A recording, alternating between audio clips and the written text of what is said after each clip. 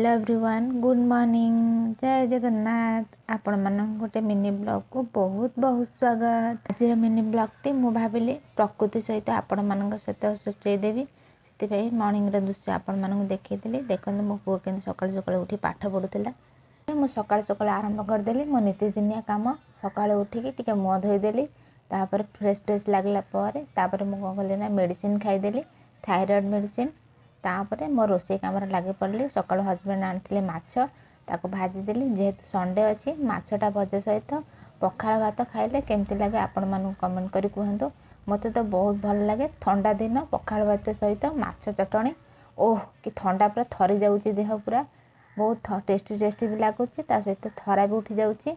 husband कौन करते मो पुओ खेलौले गोटे गदी बसैकी टाणुंट आम तो छोट बड़े एमती गुआ पत्र खेलुलु जड़े पछरे बसुला आउ जड़े ता आगे टाणुला